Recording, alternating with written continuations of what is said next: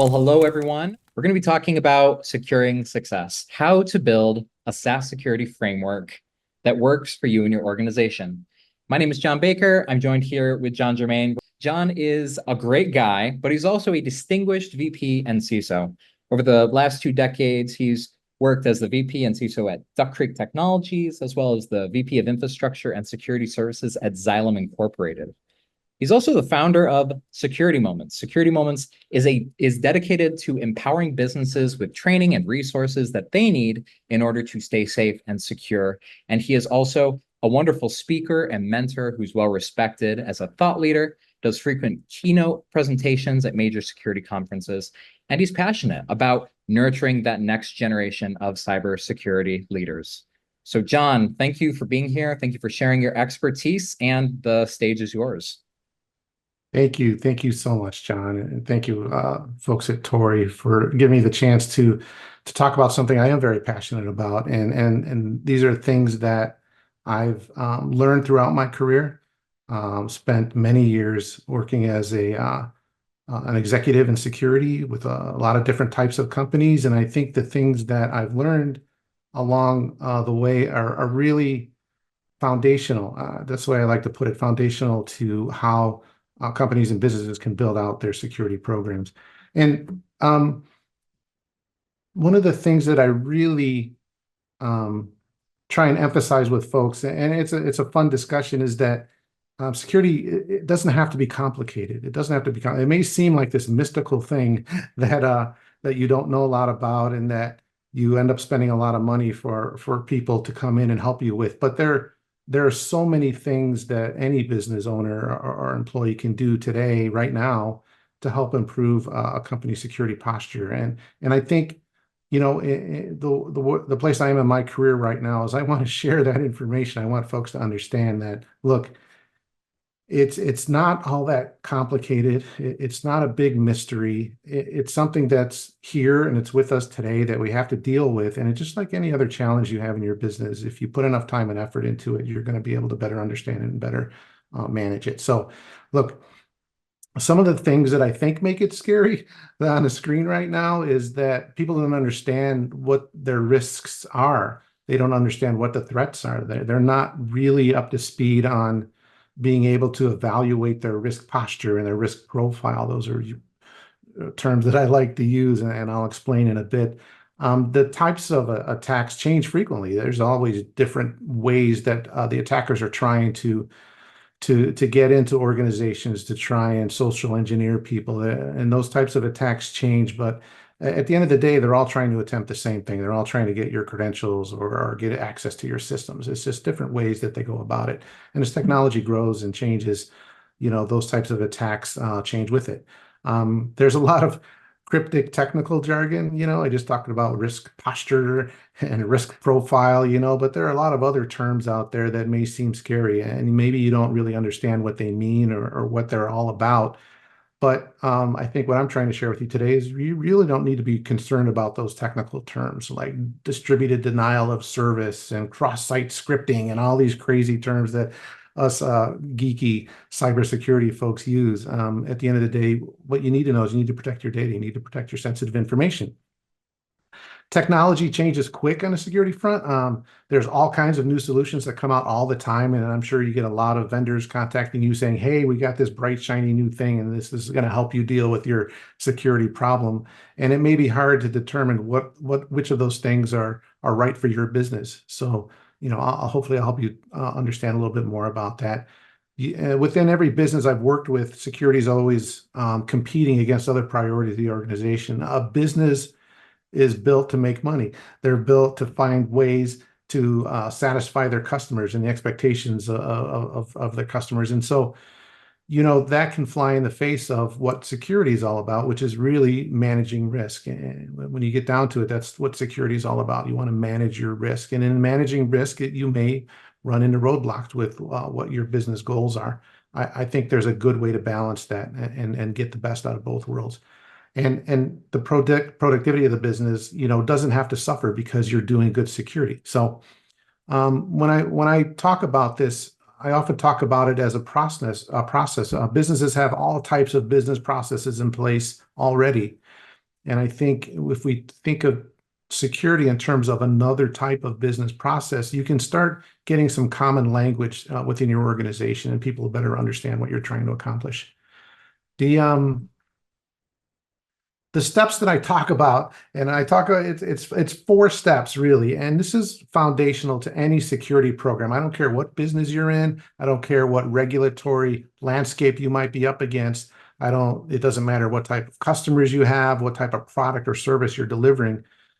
These are 4 areas that are foundational. They're foundational to any security program. And with these foundational pieces in place, you can build that. You can then customize it to meet the requirements of your specific business. But put these things in place. They're important.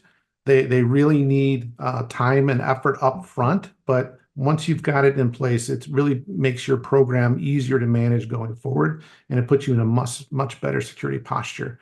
That's going to help your reputation. It's going to help you land business. It's going to help you meet regulatory requirements. So there's all types of benefits to this. But at the end of the day, I think if you understand these 4 basic steps, it's going to take you a long way in your business. The first and the foremost thing that every business really needs to do is a risk assessment. You need to understand what your risk profile and threat profile is. Who's trying to attack you? Why? What is the information that you have that makes you an attractive target, right? You have to understand those things. Otherwise, you won't know where to invest your money and your time and your resources into being able to protect that.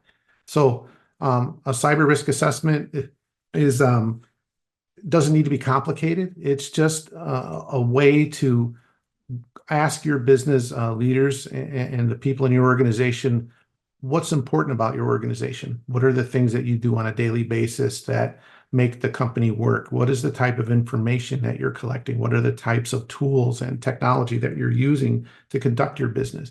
You want to collect all that information, and that's going to help you understand where your risks are, because from there you can determine, okay, here's the data that people are going to try and steal. Here's where it's located. Here's how it's accessed, right? Who's going to want this data, right? What types of attackers are going to be coming after me for this type of data? Why would they want to come after me for this type of data? Did they just want to infect me with ransomware so that I have to pay to get access to that data again? Are they going to use that data to attack maybe one of my customers, right? So you have to understand all of that and building out your risk profile, really, and then understanding what your risk posture is. And by posture, I mean, how good are you today at being able to defend against those attacks, right? You have to understand that up front. Being able to collect that information, put it into, I call it a risk register, right? It's a list of all the risks that your organization has identified. You can prioritize those risks so you know which ones are the most critical to you. And that helps you when it comes to discussions with leadership. It helps you with budgeting. It really helps you identify where the most bang for your buck is and being able to execute on your security program. So if your company doesn't have the capacity to do a risk assessment, like right now, right, even though I'm telling you how important that is, that's okay. That's okay. There are things that you can still do, right, to help you improve your security posture. So training and awareness, I think, is one of the most critical things right now, because attackers are really leveraging social engineering to get employees and people to do bad things, right? Things that they shouldn't be doing that put their company at risk. So training can be relatively inexpensive, but it gives you the most bang for your buck when in terms of getting people to recognize threats, getting people to understand the risks that they're putting the company at by their activities. So if you can't do a risk assessment, do the training. Just get your employees trained. Find a good training program, something that covers all of the essential aspects of cybersecurity, and make sure that your folks are engaged with it. Make sure that they understand it, test them. And I think that goes a long way towards establishing a good culture and foundation for your security program. The next thing is incident response and disaster recovery. I hate to put it this way. There's going to be an incident. You're going to be attacked. Something is going to happen. I don't care how good you are and how mature your security program is, you will be attacked. And I think if you understand that, if you accept that, then I think you'll be in a better position to be able to contain the damage and limit the damage that'll happen from those incidents. So you'll be able to quickly identify what happened. You'll be able to quickly go in and contain that exposure, and then you'll be able to get back into normal operating business processes as quickly as possible. So having good incident response and disaster recovery plans in place, testing them, keeping them updated, critical to any security program. And the last thing is governance around all of this, right? So it's good to talk about these things. It's good to say, hey, we've got all these cool things in place. But if you don't have leadership, especially from the top down, providing the right message, pushing the right culture, having the right policies in place, decision-making processes, even exceptions. There'll always be exceptions to your policies, but being able to discuss those exceptions and the implication of those is critical. So none of this is going to work unless you've got that strong governance process in place to make sure that it continues to be effective, continues to be updated. You're changing your approach based on your business changes, based on your business needs, based on the threat profile that is constantly evolving. And so all of these things, look, these are preventative and they're reactive things that you can put in place, I think, relatively without having much need for knowledge of all the technical sides of cybersecurity. And what I like to say is that all of that technical mumbo jumbo, intrusion detection and zero-day vulnerabilities and zero trust, right? All that's technical stuff, right?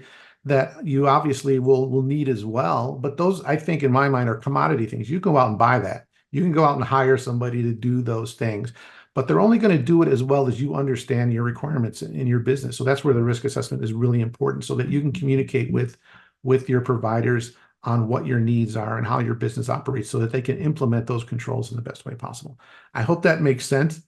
These are this is a repeatable process that I go through with any business that I ever work with, and I think it's effective in getting that foundational approach to security in place. Yeah, absolutely. So the importance of that continuous improvement is really key to this. But you mentioned there, and we're going to talk about it here. I know I've been in situations where leadership will say it's a priority, but then actions, the ways they talk about it, the places that investments go, it doesn't really back that up. What do you do in those situations? Right. I think leadership is critical for any program to be effective, and your ability to communicate with leadership has to be in a language that they understand. And leadership understands risk, right? And that's why I say risk assessment is important. A risk assessment, the output of that will be a risk register. You'll have a prioritized list of what the risks are to your business from a cyber perspective. You can create a heat map off of that list and say, here are the most critical red risks that we have, when the largest bubble is up in the right-hand upper quadrant, right? And they can see that and they can relate to that. Now they have something concrete that they can say, all right, that looks bad. Maybe we should do something about that, right? And I think without a risk assessment, you can't really have that conversation. There's no data to back up what you're trying to articulate to your leadership. And then if you continue with that process, over time, you'll develop trust, because your leadership will understand he knows what he's talking about. She knows what they're talking about. We're addressing those risks because I can see them coming off the risk register. I can see the bubbles getting smaller. I can see them moving down to the lower left, right? So I know that the investments we're making are making a difference, right? I can see that we're proactive about identifying new risks. New risks are coming on the landscape all the time, and I can see those things moving up, right? And I can see that we have a good understanding of what we need to invest in next, right? So those are all money and risk are things that leadership understand, right? Those are the conversations you need to have, and you need to have the data to go into those meetings that can back up what you're trying to accomplish. You can't just go in and say, hey, we discovered 3,000 vulnerabilities last month. Okay, so what? I don't know what that means, right? How many vulnerabilities do we have left? Well, we don't know. Okay, that's not a conversation you want to have with leadership, right? How many attacks did we prevent last month, right? Okay, that sounds important. That really sounds important information. But how do you know that information? If you haven't done a risk assessment to really identify where the attacks are coming from, how can you put in a control to be able to detect those attacks, right? So look, I keep harping on a risk assessment because that's the most critical piece that needs to happen up front. And if you're prepared, if you show them your incident response plans, your disaster recovery plans, if you're doing tabletop exercises around those, include leadership in those, right? It gives them the confidence to know that if something does happen, that you're prepared. It also shows them what it really takes to be able to respond to an incident. If a successful incident happens, you need a breach response plan, right? Okay, crap hit the fan, right? We're up against it now. How about we not figure out what we're going to do about it when it actually happens? How about having a plan in place that's tested, that we practice, so that when it does happen, we can execute on that quickly as possible. And then all of that really helps establish what I call the culture, and the governance around that really sets the expectations. Everybody knows what they need to do. Everybody knows their role. And so when things happen, there's no panic and there's no finger pointing, right? And it also establishes accountability. Look, if people aren't doing the things that they need to do and they're putting the company at risk, they need to be held accountable for those things. And that's also an important part of what governance does for you. I think in the big picture, those are the things that you need to really focus on to establish a foundational approach to security, get your leadership to a level where they're aware and you're speaking the same language with them. And then from that foundation, you can really build, right? And as your company grows, as your company evolves, your security program is going to continue to evolve as well. It's not a one and done thing, right? This is going to be something you have to be committed to for the long run. And again, I keep saying foundation, but with the right foundation in place, it makes it easier. You're going to be able to control your costs better, right? You're going to be able to avoid risks better. You're going to be able to return to operations quicker if something does happen. And those are all the things that you should be targeting with your security program. Those are the things you really need to be able to focus on. All the technical stuff, all of the firewalls and all of the content filtering and all those other things. Look, they're important and you have to do them, unfortunately. You know, but again, those are things that you can have done for you, right? You don't need to have staff focus too much on those things. Your staff should be focused on the institutional knowledge of your business and making sure that you understand what those risks are and how best to address them in partnership with any external services that you're using. I hope that all makes a ton of sense and gives you some confidence that this is something that you're able to tackle, that you're able to go into and at least put some of those pieces in place for your security program. Look, every company's different. I'm not going to lie.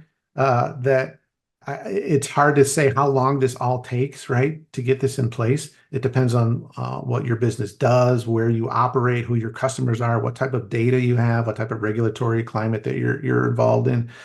But bite off as much as you can, right? Spend as much as you can. Assign as many resources as you can to this. And throughout my career, I've always told my staff, I want to be a little bit more secure today than I was yesterday. Let's go after that. And you will, over time, be able to establish a good program. And trying to bite it off all in one bite is not healthy. It's not going to help. It's not healthy for the organization. It's not healthy for the people in your organization. Back to the risk assessment. You'll know what you need to focus on. You'll know what the most important risks are. Attack those first with whatever resources you have, right?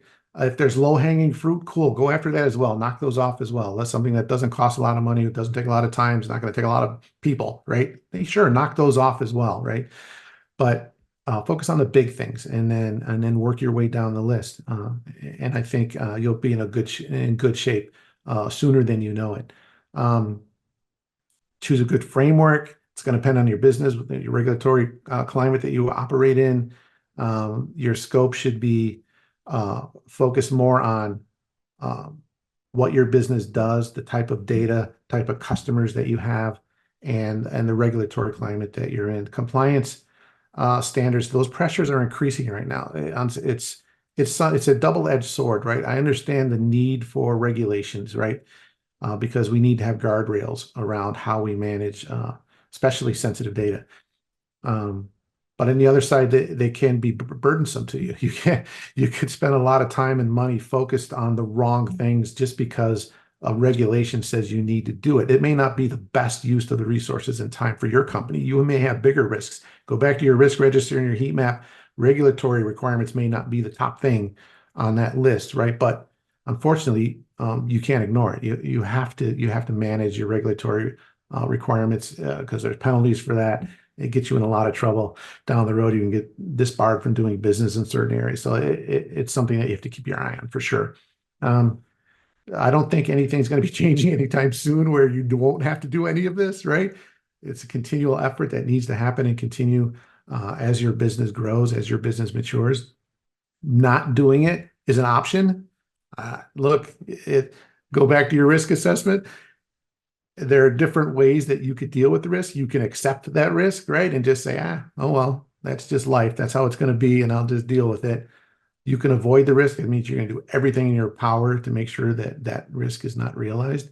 And you can transfer the risk and you can mitigate the risk. Most people will mitigate the risk in some way to lower it to an acceptable level and fit within the overall risk profile of the organization. So um, your choice, do the risk assessment, figure out how you want to tackle it, what resources you have, and then step through it and make it a continual process within your business. Back to what I said earlier, it's another process within your business that just needs attention. And I think you'll be successful. I think any business can be successful doing that. Security Moments, my company. So Torii was nice enough to allow me to talk about what we do. Really, I built this company to do everything that I just said, to help organizations with that. I'm very passionate about it, especially for smaller and mid-sized businesses who may not have a ton of resources. We have a strong catalog of training that covers all of the essential aspects that your staff will need to be trained on. They're short, just a couple minutes long, right? I don't like making these hour-and-a-half training videos that are done once a year. They're really designed to be short, to the point, get across critical, important messages, reinforce those messages, and then you can take them all at once if you want. You can take them over time, but the important thing is to get your staff to actually take them. From there, we have resource kits, and it does a lot of what we're talking about. I've really built it to be a self-service type approach because smaller businesses don't have money. They can't go out and hire consultants, expensive consulting to come in and do all of this work for them. It costs you 10, 20, $50,000 to get a risk assessment done, right? This really helps you do a self-help risk assessment. It may not be the best risk assessment you've ever had, but at least it gets you started. And from there, we'll go down the road of dealing with compliance, incident and disaster recovery guides to help you build your own plans. And then we have a full set of policies. So when you get to the point where your program's mature enough, we have a full set of policies that you can just slap your logo on and you can provide to your staff. So take a visit at our website, securitymoments.com, and look through what we have. If you're interested, give us a call. And with that, I think I'm going to send it back to you, John.